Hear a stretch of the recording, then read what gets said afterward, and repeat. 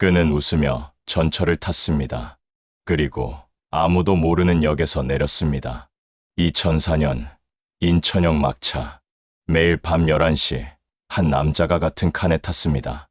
목적지까지 가지 않았습니다. 항상 새 정거장 전에 내렸습니다. 그리고 걸었습니다. 새벽까지 텅 빈 골목으로. 같은 시각 서울 남부에서는 설명할 수 없는 일들이 벌어지고 있었습니다. 문은 잠겨 있었지만 누군가 안에 들어와 있었습니다. 금품은 가져가지 않았고 말도 하지 않았습니다. 다만 사람들이 자는 모습을 지켜봤습니다. 2006년 한 남자가 체포됩니다. 그는 20건의 범행을 자백했습니다. 하지만 증거는 3건뿐이었습니다. 더 이상한 것은 그가 수감된 뒤에도 같은 사건이 계속 보고됐다는 겁니다. 진짜 범인은 누구였을까요? 그리고 그는 아직도 그 골목을 걷고 있을까요? 이번 영상에서는 2004년부터 2008년까지 서울 남부 일대에서 벌어진 연쇄, 침입 사건과 한 남자의 자백, 그리고 여전히 풀리지 않은 의혹에 대해 들려드리겠습니다. 본격적인 이야기를 시작하기 전에 잠시 제 마음을 전하고 싶습니다. 구독과 좋아요는 제게 정말 큰 힘이 됩니다. 지금 어디서 시청하고 계신지 댓글로 남겨주시면 답글로 인사드리겠습니다. 그날 새벽, 한 남자가 역을 나섰습니다. 그가 걸은 길은 기록되지 않았습니다. 2004년 2월, 인천역. 밤 11시가 넘으면 플랫폼은 텅 비었습니다. 막차를 기다리는 사람들은 대부분 지친 얼굴이었죠. 그중 한 남자가 있었습니다. 35살쯤 되어 보이는 검은색 점퍼를 입은 남자였습니다. 그는 매일 같은 시간, 같은 칸에 탔습니다. 역무원들도 그의 얼굴을 기억했습니다. 말없이 창가 자리에 앉아 고개를 숙인 채 목적지까지 가는 사람. 특별할 것 없는 일상이었습니다. 하지만 그는 목적지까지 가지 않았습니다. 항상 새 정거장 전에 내렸습니다. 내리는 역은 매번 달랐지만 패턴은 같았습니다. 새벽 1시 전후, 인적이 드문 역. 그는 개찰구를 빠져나와 골목 안쪽으로 걸어 들어갔습니다. 속도는 일정했습니다. 멈추지 않았고 뒤를 돌아보지도 않았습니다. 그가 걸은 길에는 가로등이 드문드문 켜져 있었습니다. 그림자는 길게 늘어났고 바람 소리만 골목을 채웠습니다. 그는 손을 주머니에 넣은 채 시선을 아래로 향한 채 걸었습니다. 누군가 그를 본 적이 있었습니다. 편의점 직원은 말했습니다. 매일 새벽 1시쯤 지나갔어요. 아무것도 사지 않고 그냥 지나갔죠. 택시 기사도 기억했습니다. 손님 태우려고 차를 세웠는데 그냥 고개만 저었어요. 걷고 싶다는 표정이었죠. 그는 걷고 있었습니다. 매일 같은 시간에 같은 시각 서울 남부 지역에서는 이상한 사건들이 보고되고 있었습니다. 영등포, 구로, 신길동. 새벽 1시에서 3시 사이 집으로 돌아가던 사람들이 습격당했습니다. 대부분 여성이었고 피해는 예측 불가능했습니다. 어떤 날은 금품을 빼앗겼고 어떤 날은 그냥 공격만 당했습니다. 경찰은 단순 절도 사건으로 분류했습니다. 하지만 피해자들은 한 가지를 공통적으로 말했습니다. 그 사람, 말이 없었어요. 말없이 다가왔고 말없이 사라졌습니다. 얼굴은 어두워서 보이지 않았지만 걸음걸이는 느렸습니다. 급하지 않았습니다. 마치 산책하듯 천천히 다가왔다고 했습니다. 인천역 막차를 타던 남자, 서울 남부를 배회하던 그림자. 두 사람은 연결되지 않았습니다. 아직은. 2004년 3월 초, 한 기자가 이 사건들을 모아 작은 기사를 썼습니다. 제목은 이랬습니다. 새벽거리에 보이지 않는 범인, 연쇄 절도인가 우연인가. 기사는 묻혔습니다. 큰 사건도 아니었고 증거도 없었습니다. 하지만 그날 이후 사건은 멈추지 않았습니다. 그는 여전히 걷고 있었습니다. 같은 시간, 같은 속도로. 그가 왜 매일 밤 그 길을 걸었는지 아무도 물어보지 않았습니다. 그리고 그의 여름, 첫 번째 피해자가 발견됩니다. 그는 왜 매일 새벽 혼자 걷고 있었을까요? 집 앞까지 왔지만 그 길은 안전하지 않았습니다. 2004년 7월, 영등포. 대학생 윤아린 가명. 22살은 아르바이트가 끝나면 항상 막차를 탔습니다. 밤 11시 반. 영등포역에서 내려 집까지는 걸어서 15분 거리였습니다. 그날도 같은 시간이었습니다. 하리는 전철에서 내려 개찰구를 빠져나왔습니다. 핸드폰을 꺼내 친구에게 전화를 걸었습니다. 통화 내용은 평범했습니다. 과제 이야기, 다음 주 약속, 그런 것들이었습니다. 응, 지금 역 나왔어. 집까지 금방이야. 그녀의 목소리는 밝았습니다. 하지만 그 통화는 끝까지 이어지지 않았습니다. 친구는 나중에 진술했습니다. 갑자기 숨소리가 거칠어졌어요. 그리고 비명이 들렸죠. 짧게요. 그 다음엔 아무 소리도 안 났어요. 통화는 끊겼습니다. 시각은 밤 11시 48분이었습니다. 친구는 다시 전화를 걸었지만 받지 않았습니다. 문자를 보냈지만 읽지 않았습니다. 불안한 마음에 할인의 집에 전화를 걸었습니다. 어머니가 받았습니다. 할인이요? 아직 안 들어왔는데요. 그날 밤 할인은 집에 돌아오지 않았습니다. 다음 날 아침 신고가 접수됐습니다. 경찰은 할인이 마지막으로 걸었던 길을 따라 수색을 시작했습니다. 역에서 집까지의 골목길, 가로등이 2개밖에 없는 좁은 길이었습니다. 그리고 그곳에서 신발 한 짝이 발견됐습니다. 할인이 신고 있던 운동화였습니다. 왼쪽 신발만 길 한가운데 놓여 있었습니다. 주변엔 아무것도 없었습니다. 가방도, 핸드폰도, 흔적도 없었습니다. CCTV는 없었습니다. 그 골목에는 단 한 대의 카메라도 설치되지 않았습니다.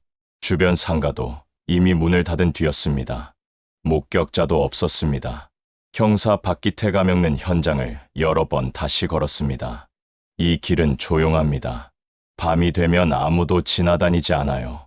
누군가 기다리고 있었다면 눈에 띄지 않았을 겁니다. 신발은 증거로 회수됐습니다. 하지만 지문도 혈흔도 없었습니다. 단지 신발 한 짝이었습니다. 할인은 사흘 뒤 발견됐습니다. 역에서 2km 떨어진 공터였습니다. 그녀는 의식이 없었고 머리에 심한 타격상이 있었습니다. 병원으로 옮겨졌지만 깨어나지 못했습니다. 일주일 뒤 할인은 숨을 거뒀습니다. 경찰은 이 사건을 묻지마 폭행치사로 분류했습니다. 동기는 불명, 범인은 미확인, 유족은 항의했지만 수사는 진전되지 않았습니다. 그리고 석 달이 지났습니다. 2004년 10월, 구로동. 또 한 명의 여성이 새벽 골목에서 습격당했습니다. 이번엔 목숨을 건졌습니다. 하지만 기억은 거의 없었습니다. 뒤에서 누군가 다가왔어요. 발소리는 들렸지만 돌아보기 전에 맞았어요. 범인의 얼굴은 보지 못했습니다. 키, 체구, 목소리, 아무것도 기억나지 않았습니다. 다만 한 가지만 말했습니다. 그 사람, 천천히 걸었어요. 급하지 않았어요. 형사 박기태는 두 사건의 보고서를 나란히 놓고 비교했습니다. 시간대 새벽 1시 전후, 장소 인적 드문 골목길, 피해자 혼자 귀가 중인 여성, 수법 뒤에서 급스, 말없이 공격. 그는 메모지에 한 줄을 적었습니다. 동일범, 가능성.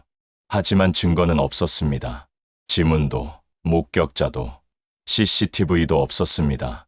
신발 한 짝과 피해자의 진술뿐이었습니다. 사건은 언론에 보도되지 않았습니다. 단순 절도 사건으로 처리됐고 유족들만 진실을 물었습니다. 할인의 어머니는 경찰서를 찾아왔습니다. 손에 딸의 사진을 들고 있었습니다. 제발 범인을 찾아주세요. 우리 애가 왜 그렇게 당해야 했는지 알고 싶어요. 하지만 수사는 멈춰 있었습니다. 그리고 그 골목엔 여전히 가로등 2개만 켜져 있었습니다. 그날 밤 누가 할인을 기다리고 있었을까요? 집 앞까지 왔지만 그 길은 안전하지 않았습니다. 2004년 7월 영등포. 대학생 윤아린 가명. 22살은 아르바이트가 끝나면 항상 막차를 탔습니다. 밤 11시 반. 영등포역에서 내려 집까지는 걸어서 15분 거리였습니다. 그날도 같은 시간이었습니다. 할인은 전철에서 내려 개찰구를 빠져나왔습니다. 핸드폰을 꺼내 친구에게 전화를 걸었습니다. 통화 내용은 평범했습니다. 과제 이야기, 다음 주 약속, 그런 것들이었습니다. 응, 지금 역 나왔어. 집까지 금방이야. 그녀의 목소리는 밝았습니다. 하지만 그 통화는 끝까지 이어지지 않았습니다. 친구는 나중에 진술했습니다. 갑자기 숨소리가 거칠어졌어요. 그리고 비명이 들렸죠. 짧게요. 그 다음엔 아무 소리도 안 났어요. 통화는 끊겼습니다. 시각은 밤 11시 48분이었습니다. 친구는 다시 전화를 걸었지만 받지 않았습니다. 문자를 보냈지만 읽지 않았습니다. 불안한 마음에 할인의 집에 전화를 걸었습니다. 어머니가 받았습니다. 할인이요? 아직 안 들어왔는데요. 그날 밤 할인은 집에 돌아오지 않았습니다. 다음 날 아침 신고가 접수됐습니다. 경찰은 할인이 마지막으로 걸었던 길을 따라 수색을 시작했습니다. 역에서 집까지의 골목길, 가로등이 2개밖에 없는 좁은 길이었습니다. 그리고 그곳에서 신발 한 짝이 발견됐습니다. 할인이 신고 있던 운동화였습니다. 왼쪽 신발만 길 한가운데 놓여 있었습니다. 주변엔 아무것도 없었습니다. 가방도, 핸드폰도, 흔적도 없었습니다. CCTV는 없었습니다. 그 골목에는 단 한 대의 카메라도 설치되지 않았습니다. 주변 상가도 이미 문을 닫은 뒤였습니다. 목격자도 없었습니다. 형사 박기태가 겪는 현장을 여러 번 다시 걸었습니다. 이 길은 조용합니다. 밤이 되면 아무도 지나다니지 않아요. 누군가 기다리고 있었다면 눈에 띄지 않았을 겁니다. 신발은 증거로 회수됐습니다. 하지만 지문도 혈흔도 없었습니다. 단지 신발 한 짝이었습니다. 할인은 사흘 뒤 발견됐습니다. 역에서 2km 떨어진 공터였습니다. 그녀는 의식이 없었고 머리에 심한 타격상이 있었습니다. 병원으로 옮겨졌지만 깨어나지 못했습니다. 일주일 뒤 할인은 숨을 거뒀습니다. 경찰은 이 사건을 묻지마 폭행치사로 분류했습니다. 동기는 불명, 범인은 미확인, 유족은 항의했지만 수사는 진전되지 않았습니다. 그리고 석 달이 지났습니다. 2004년 10월, 구로동. 또 한 명의 여성이 새벽 골목에서 습격당했습니다. 이번엔 목숨을 건졌습니다. 하지만 기억은 거의 없었습니다. 뒤에서 누군가 다가왔어요. 발소리는 들렸지만 돌아보기 전에 맞았어요. 범인의 얼굴은 보지 못했습니다. 키, 체구, 목소리, 아무것도 기억나지 않았습니다. 다만 한 가지만 말했습니다. 그 사람, 천천히 걸었어요. 급하지 않았어요. 형사 박기태는 두 사건의 보고서를 나란히 놓고 비교했습니다. 시간대 새벽 1시 전후, 장소 인적 드문 골목길, 피해자 혼자 귀가 중인 여성, 수법 뒤에서 급스, 말없이 공격. 그는 메모지에 한 줄을 적었습니다. 동일범, 가능성. 하지만 증거는 없었습니다. 지문도, 목격자도, CCTV도 없었습니다. 신발 한 짝과 피해자의 진술뿐이었습니다. 사건은 언론에 보도되지 않았습니다. 단순 절도 사건으로 처리됐고 유족들만 진실을 물었습니다. 할인의 어머니는 경찰서를 찾아왔습니다. 손에 딸의 사진을 들고 있었습니다. 제발 범인을 찾아주세요. 우리 애가 왜 그렇게 당해야 했는지 알고 싶어요. 하지만 수사는 멈춰 있었습니다. 그리고 그 골목엔 여전히 가로등 2개만 켜져 있었습니다. 그날 밤 누가 할인을 기다리고 있었을까요? 그날 그는 문이 열린 집을 찾았습니다. 하지만 이번엔 누군가 깨어 있었습니다. 2006년 4월 28일 새벽 신길동의 한 다세대 주택 1층에 사는 대학생 김세호 가명 25살은 시험 공부 때문에 밤을 새우고 있었습니다. 새벽 4시 50분 세호는 책상에 앉아 노트를 펼쳐놓고 있었습니다. 거실 불은 꺼져 있었고 방문만 반쯤 열려 있었습니다. 그때 현관에서 소리가 들렸습니다. 문고리가 천천히 돌아가는 소리였습니다. 세호는 멈췄습니다. 귀를 기울였습니다. 문이 열리는 소리, 그리고 발소리가 들렸습니다. 누군가 들어오고 있었습니다. 세호는 숨을 죽였습니다. 핸드폰을 집어들었지만 전화를 걸 시간은 없었습니다. 발소리가 점점 가까워졌습니다. 거실을 지나 방 쪽으로 다가오고 있었습니다. 세호는 책상 옆 야구 방망이를 잡았습니다. 손에 땀이 났습니다. 호흡이 거칠어졌습니다. 방문이 천천히 열렸습니다. 어둠 속에서 누군가의 윤곽이 보였습니다. 키는 170cm 정도, 마른 체구, 검은색 옷을 입고 있었습니다. 침입자는 방 안을 들여다봤습니다. 그리고 세호와 눈이 마주쳤습니다. 누구세요? 세호가 소리쳤습니다. 침입자는 몸을 돌렸습니다. 도망치려 했습니다. 하지만 세호는 방망이를 휘둘렀습니다. 침입자의 어깨를 맞췄습니다. 침입자는 비틀거렸지만 넘어지지 않았습니다. 격투가 시작됐습니다. 좁은 거실에서 두 사람은 부딪혔습니다. 침입자는 저항했지만 힘은 약했습니다. 세호가 침입자를 바닥에 눕혔습니다. 움직이지 마. 경찰 부를 거야. 침입자는 숨을 헐떡이며 멈췄습니다. 세호는 핸드폰을 꺼내 신고했습니다. 목소리는 떨렸지만 또렷했습니다. 침입자를 붙잡았어요. 지금 제압하고 있습니다. 빨리 와주세요. 경찰이 도착하기까지 10분이 걸렸습니다. 그 시간 동안 세호는 침입자를 놓치지 않았습니다. 침입자는 말이 없었습니다. 저항도 하지 않았습니다.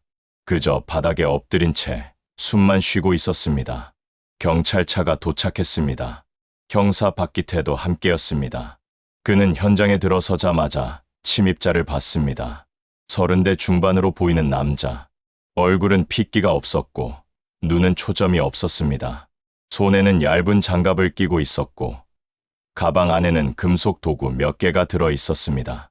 이름이 뭡니까? 남자는 대답하지 않았습니다. 박기태는 신분증을 확인했습니다. 정도현 가명, 35살. 주소는 인천이었습니다. 인천에서 왔습니까? 여기까지 왜 온 겁니까? 정도현은 고개를 숙인 채 입을 열지 않았습니다. 경찰은 그를 수갑으로 채웠습니다. 하지만 차에 태우기 직전 정도현은 갑자기 몸을 비틀었습니다. 경찰의 손을 빠져나가려 했습니다. 잠깐만요. 그는 도망쳤습니다. 수갑을 찬 채로 골목 안쪽으로 뛰었습니다. 경찰들이 뒤쫓았습니다. 정도현은 빠르지 않았습니다. 수갑 때문에 균형을 잡기 힘들었고 숨도 가빴습니다. 100m도 채가지 못하고 골목 막다른 곳에서 멈췄습니다. 그만 뛰세요. 더 이상 갈 곳 없어요. 정도현은 벽에 등을 기댔습니다. 숨을 헐떡이며 고개를 떨궜습니다. 왜 저를 막는 거죠? 그의 목소리는 떨렸습니다. 경찰은 다가가 그를 다시 잡았습니다. 이번엔 놓치지 않았습니다. 오전 6시 정도현은 경찰서로 이송됐습니다. 형사 박기태는 그의 가방을 뒤졌습니다. 안에는 작은 드라이버, 철사, 손전등, 장갑이 들어 있었습니다. 지갑도 있었는데 현금은 5,000원뿐이었습니다. 이걸로 뭘 했습니까? 정도현은 대답하지 않았습니다. 박기태는 그의 신분증을 다시 확인했습니다. 주소는 인천 부평이었습니다. 직업란은 비어 있었습니다. 매일 인천에서 서울까지 왔습니까? 정도현은 고개를 끄덕였습니다. 왜 왔습니까? 걷고 싶어서요. 걷고 싶어서 남의 집에 들어갔습니까? 정도현은 입을 다물었습니다. 조사는 오전 내내 이어졌습니다. 하지만 그는 거의 말하지 않았습니다. 질문에는 짧게 대답하거나 아예 침묵했습니다. 오후가 되어서야 그는 한 문장을 말했습니다. 전 나쁜 사람이에요. 제가 한 일은 많아요. 형사들은 서로를 봤습니다. 무슨 일을 했습니까? 정도현은 천천히 고개를 들었습니다. 눈은 여전히 초점이 없었습니다. 기억나는 건 20건쯤 돼요. 20건이요? 네. 어쩌면 더 많을지도 몰라요. 조사실에 정적이 흘렀습니다. 박기태는 노트를 펼쳤습니다. 하나씩 말해보세요. 언제, 어디서, 무엇을 했는지요. 정도현은 말하기 시작했습니다. 그의 진술은 끝이 보이지 않았습니다. 그가 말한 20건의 사건, 그것은 진실이었을까요? 그는 말했습니다. 난 더 많은 이름을 알고 있습니다. 2006년 4월 29일 오전, 조사실에는 형사 박기태와 정도현만 남아 있었습니다. 책상 위에는 펜과 노트, 그리고 커피 잔이 놓여 있었습니다. 정도현은 손을 무릎 위에 올려놓은 채 천천히 말하기 시작했습니다. 2004년 2월부터였어요. 뭐가요? 제가 걷기 시작한 게요. 밤마다요. 박기태는 노트를 펼쳤습니다. 어디를 걸었습니까? 인천역에서 전철을 탔어요. 그리고 내렸죠. 어디든요. 목적지는요? 없었어요. 그냥 내리고 싶을 때 내렸어요. 정도현의 목소리는 평평했습니다. 감정이 없었습니다. 내려서는 뭘 했습니까? 걸었어요. 골목을, 주택가를요. 새벽까지요. 그리고요. 문이 열린 집을 찾았어요. 박기태는 펜을 멈췄습니다. 문이 열린 집이요? 네. 잠기지 않은 문이요. 가끔 있었어요. 들어갔습니까? 네. 몇 번이나요? 정도현은 잠시 생각했습니다. 정확히는 모르겠어요. 20번 아니, 그 이상이었을 거예요. 형사는 숨을 들이쉬었습니다. 20번 이상 남의 집에 들어갔다는 겁니까? 네. 왜 들어갔습니까? 정도현은 고개를 숙였습니다. 보고 싶었어요. 뭐요? 사람들이요. 자는 모습을요. 조사실에 정적이 흘렀습니다. 박기태는 노트에 몇 줄을 적었습니다. 그리고 다시 물었습니다. 금품을 훔쳤습니까? 아니요. 훔칠 생각은 없었어요. 그럼 왜 들어간 겁니까? 그냥 거기 있고 싶었어요. 박기태는 정도현의 얼굴을 봤습니다. 표정은 변하지 않았습니다. 눈빛도 흔들리지 않았습니다. 다른 사건도 있습니까? 정도현은 고개를 끄덕였습니다. 영등포에서요. 여름이었어요. 박기태는 몸을 앞으로 기울였습니다. 영등포요? 언제죠? 2004년 7월쯤이요. 형사는 숨을 멈췄습니다. 그 시기는 윤아린이 실종된 때였습니다. 그날 밤, 뭘 했습니까? 역에서 내렸어요. 그리고 걸었죠. 골목 안으로요. 누굴 봤습니까? 여자가 있었어요. 전화하면서 걷고 있었어요. 박기태의 손이 떨렸습니다. 그 다음은요? 뒤에서 따라갔어요. 그리고 정도현은 말을 멈췄습니다. 그리고요? 맞췄어요. 어디를요? 머리를요. 조사실의 공기가 무거워졌습니다. 박기태는 펜을 내려놓았습니다. 손을 깍지 낀 채 정도현을 봤습니다. 왜 그랬습니까? 모르겠어요. 그냥 그래야 할 것 같았어요.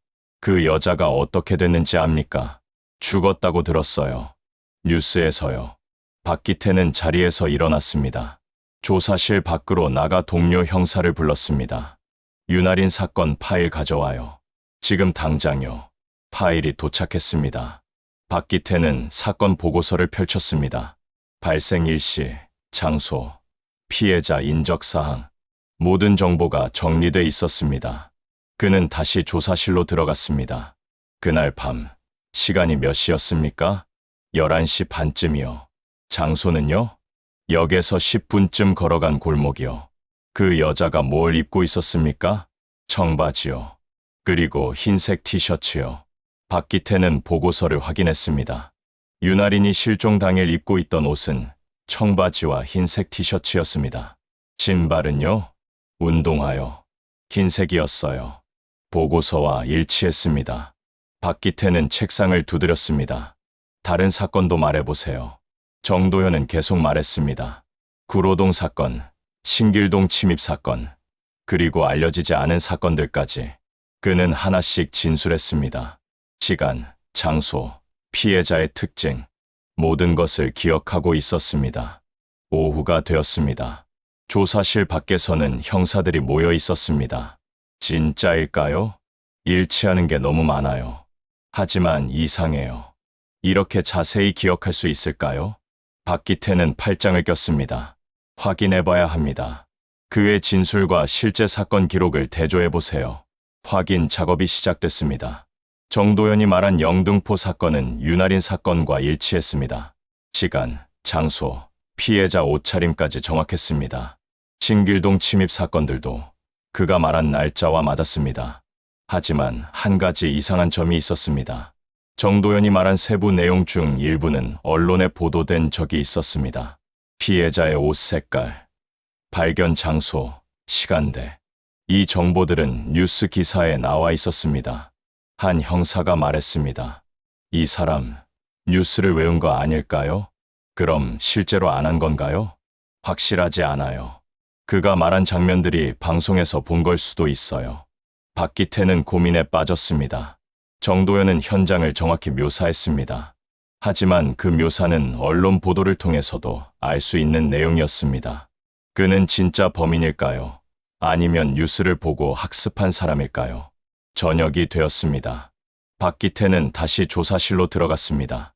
당신이 말한 사건들, 정말로 당신이 한 겁니까? 정도현은 고개를 끄덕였습니다. 네, 제가 했어요. 증거가 있습니까? 기억이요. 기억만으로는 부족합니다. 정도현은 입술을 깨물었습니다.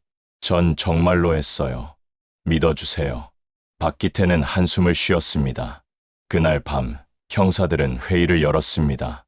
자백은 있지만 물증이 없어요.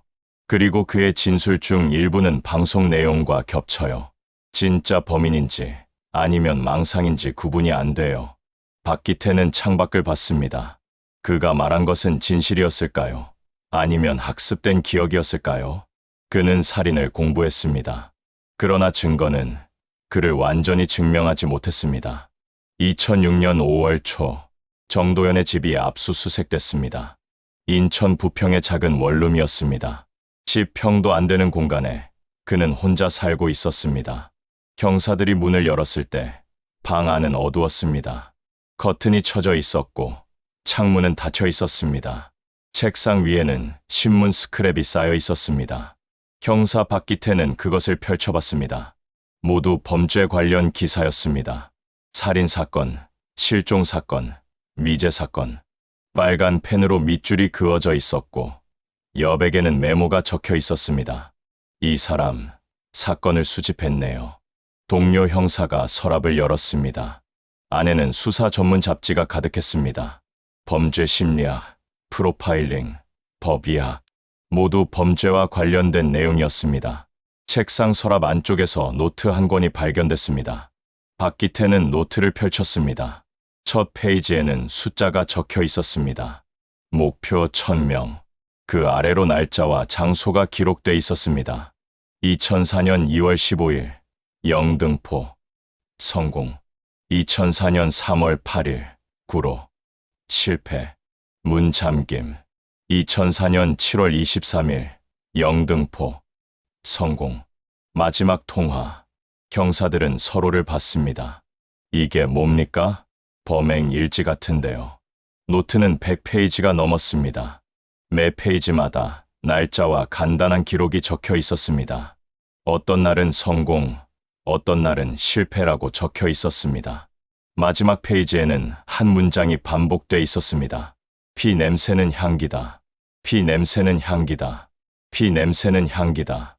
같은 문장이 20번도 넘게 적혀 있었습니다. 글씨는 흐트러져 있었고 힘이 들어가 있었습니다. 박기태는 노트를 덮었습니다. 이 사람, 정신 상태가 확인해봐야겠어요. 정도현의 병원 기록이 조회됐습니다. 그는 2003년부터 정신과 치료를 받고 있었습니다. 진단명은 망상장애 의심이었습니다. 담당 의사는 말했습니다. 환자는 비현실적인 생각에 사로잡혀 있었습니다. 자신이 특별한 사명을 가지고 있다고 믿었죠. 어떤 사명이요? 1000명을 채워야 한다고 했습니다. 무엇을 채우는지는 명확하지 않았지만 그는 그것을 해야 한다고 확신했습니다. 위험한 사람이었습니까? 판단하기 어렵습니다.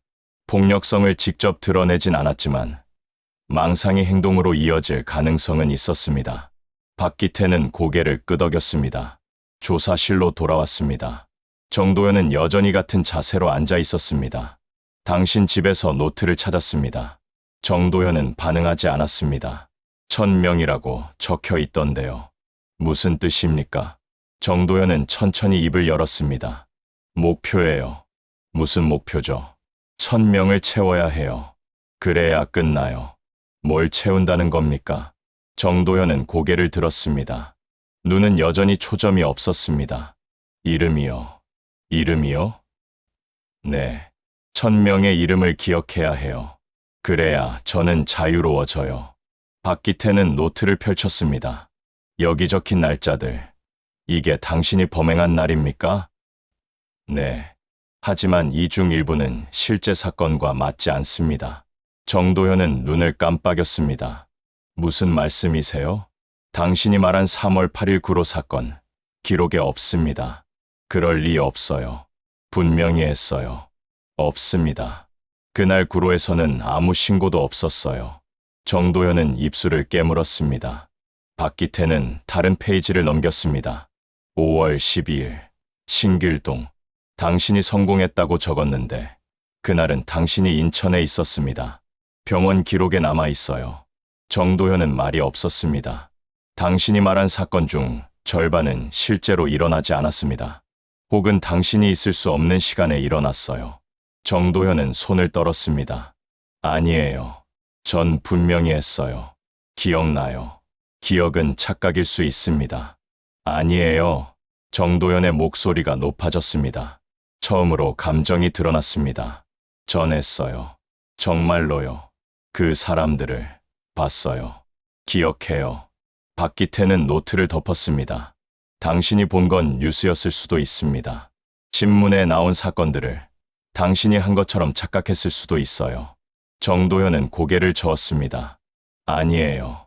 전 거기 있었어요. 골목에, 그 집에, 그 사람들 옆에요. 증거가 없습니다. 기억이 증거예요.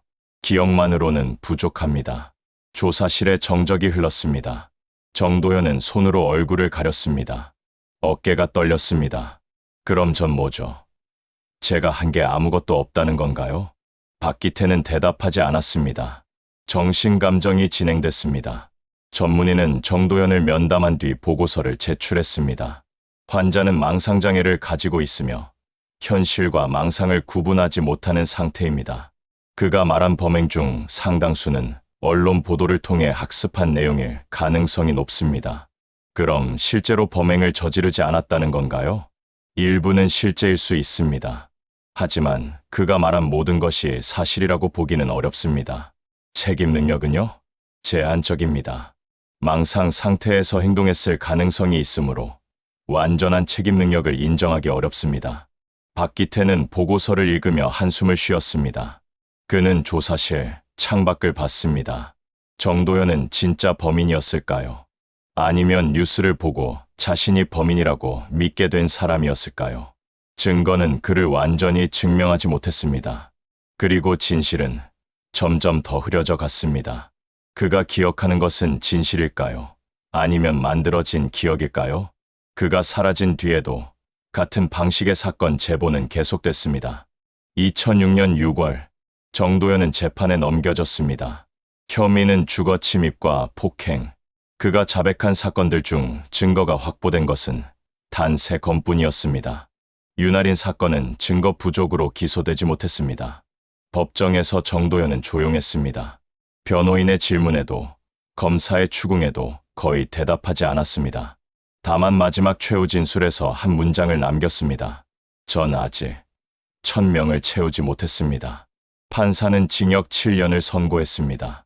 정도현은 고개를 숙인 채 법정을 떠났습니다. 형사 박기태는 방청석에 앉아 그 모습을 지켜봤습니다. 재판이 끝난 뒤에도 그는 자리에서 일어나지 않았습니다. 이게 끝인가요? 옆에 앉은 동료 형사가 물었습니다. 박기태는 대답하지 않았습니다. 정도현이 수감된 뒤 신길동은 조용해졌습니다. 주민들은 안도했습니다. 범인이 잡혔으니 이제 안전하다고 생각했습니다. 하지만 몇 달 뒤 이상한 제보가 다시 들어오기 시작했습니다. 2006년 9월 신길동의 한 주택에서 침입 신고가 접수됐습니다. 새벽 3시 문이 열려 있었고 누군가 방 안에 있었다는 내용이었습니다. 경찰이 출동했지만 범인은 이미 사라진 뒤였습니다. 정도현 맞죠? 그 사람 아직 안 잡혔어요? 신고자가 물었습니다. 이미 수감됐습니다. 그럼 이건 누구죠? 경찰은 대답할 수 없었습니다. 한 달 뒤 또 다른 신고가 들어왔습니다. 이번엔 구로동이었습니다. 역시 새벽 시간대 문이 열려 있었고 누군가 집 안에 들어왔다는 내용이었습니다. 형사 박기태는 보고서를 받아들고 현장으로 갔습니다. 골목은 여전히 어두웠습니다. 가로등은 그대로였고 CCTV는 여전히 없었습니다. 정도현이 한 방식이랑 똑같아요. 동료 형사가 말했습니다. 박기태는 고개를 끄덕였습니다. 모방범일까요? 모를 일이죠. 신고는 계속 이어졌습니다. 2006년 말까지 비슷한 패턴의 사건이 5건 더 접수됐습니다. 모두 새벽 시간대, 모두 문이 열린 집, 모두 금품 피해 없음. 수사는 진행됐지만 단서는 없었습니다. 어떤 형사는 말했습니다. 정도현이 거짓말한 걸까요? 진짜 범인은 따로 있었던 걸까요? 어떤 형사는 반박했습니다. 아니면 정도현이 진짜였고 모방범이 생긴 걸 수도 있어요. 박기태는 두 의견 모두에 대답하지 않았습니다. 그는 다시 정도현을 찾아갔습니다.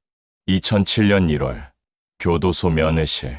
정도현은 수감복을 입고 앉아 있었습니다.